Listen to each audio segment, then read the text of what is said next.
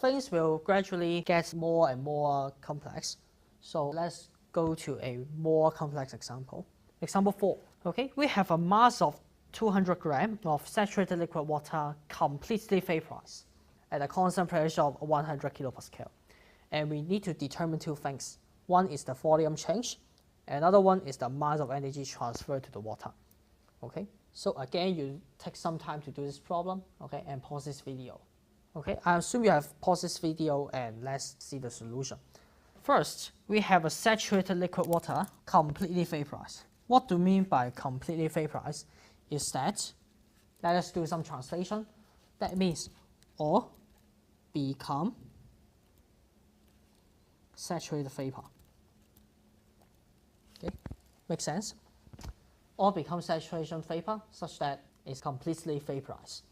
Okay, and here we need to determine the volume change. What's the volume change? The volume change should be delta V.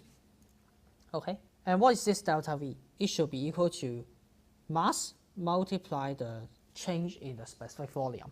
Because we have a fixed mass here, we do not have any change in the mass. But what is this delta V?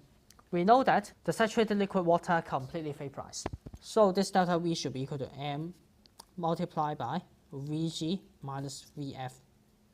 Okay, Vg is the specific volume for saturated vapor, and Vf is the specific volume for saturated liquid.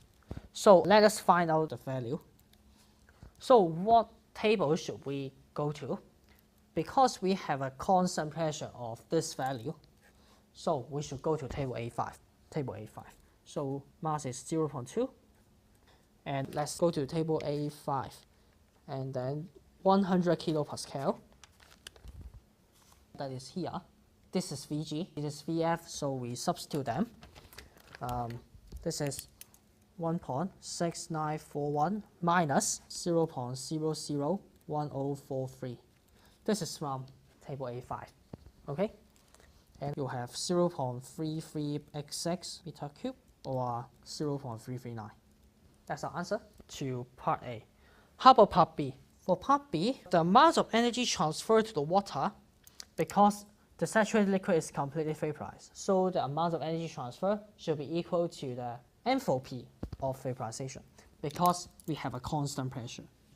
If it's a constant pressure case, then we will use enthalpy. So in this case, it is enthalpy of vaporization. Okay?